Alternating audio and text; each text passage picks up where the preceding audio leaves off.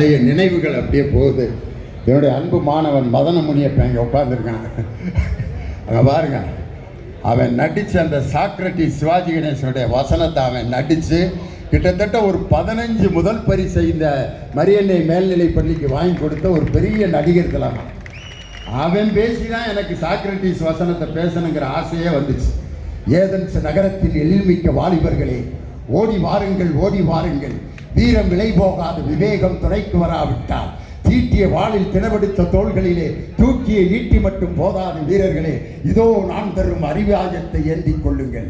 அறிவாயுதம். Socrates என்ன குற்றம் செய்தார்? அவர் இளைஞர்களை கெடுக்கிறார். அதுக்கு கலைஞர் வசனம் எழுதியிருப்பார்.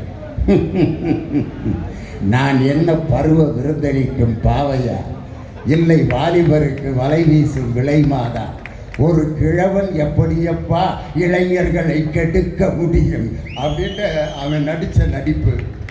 பேட்ரிக் ரெய்மண்ட் அவன் என்னுடைய மாணவர், மிகப்பெரிய பேச்சு போட்டு இன்றைக்கி ஆசிரியர் சங்கத்தினுடைய தலைவராக இருக்கார். என்னுடைய மாணவர்கள், நான் உருவாக்கிய அந்த மாணவர்களும் இங்கே நிறைய பேர் வந்திருக்கிறீங்க, ரொம்ப சந்தோஷமாக இருக்குது. நகைச்சுவை உணர்வு எனக்கு தோற்றுவித்தது பெரும்புலவர் ராமசாமி ஐயா தான்.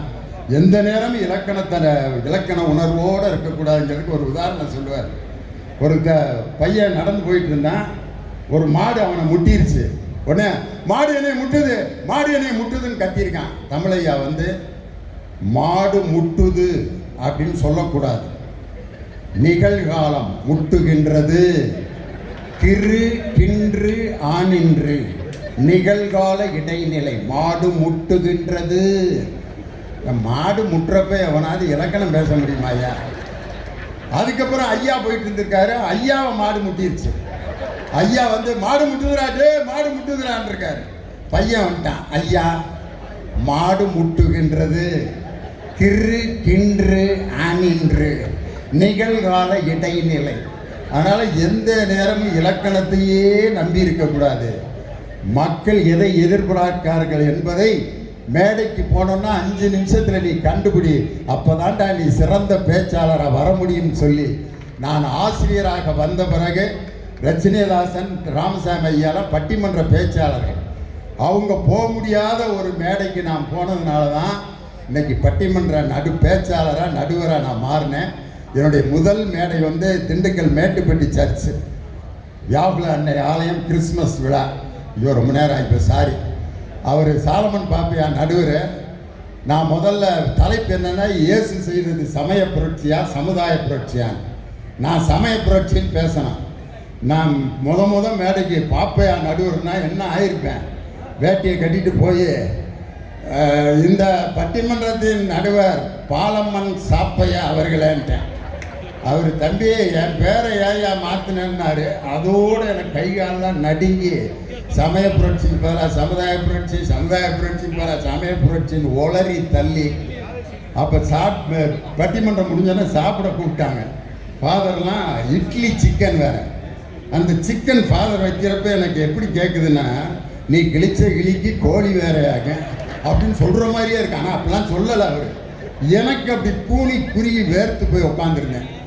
அந்த நேரத்தில் ஃபாதர் மைக்கேல் பங்குசாமியாராக இருந்தார். அவர் என்னை தோளில் கையை போட்டு தட்டி, தம்பி நீ நல்லா பேசலன்னு வருத்தப்படாத, அழகாக பாட்டு பாடின, இந்த பாட்டு உன்னை மிகப்பெரிய உயரத்துக்கு கொண்டு போகும், இந்த மேட்டுப்பட்டி வியாகுல அன்னையினுடைய பேரால் உன்னை ஆசீர்வதிக்கிறேன், நீ மிகப்பெரிய பேச்சாளராக வருவேன்னு சொல்லி அன்னைக்கு நான் பேசிய அந்த முதல் மேடை அதை வகுத்து கொடுத்தது நமது பள்ளியினுடைய ஆசிரியர்கள் ரச்சனியதாசன ராமசாமி ஐயாவும். அதனால் இந்த முடிக்கவும்னு பேப்பர் வந்துருச்சு. எனக்கு தெரியாத எத்தனை தடவை பேப்பர் கொடுத்துருக்காங்க எனக்கு. அதனால் நிறைய பேர் இன்னும் பேசணும்.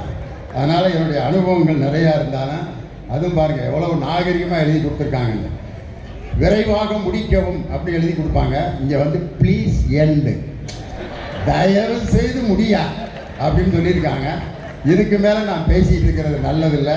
பிரிதொரு சந்தர்ப்பத்தில் உங்கள் அனைவரையும் நான் சந்திப்பேன் என்று சொல்லி இங்கே மேடையில் இருக்கக்கூடிய நமது பழைய மாணவர்களையும் என்னுடைய மாணவர்களையும் என்னுடைய ஆசிரியர்கள் அனைவருடைய பாதங்களையும் தொட்டு வணங்கி உங்களிடமிருந்து விடைபெறுகிறேன். நன்றி, வணக்கம்.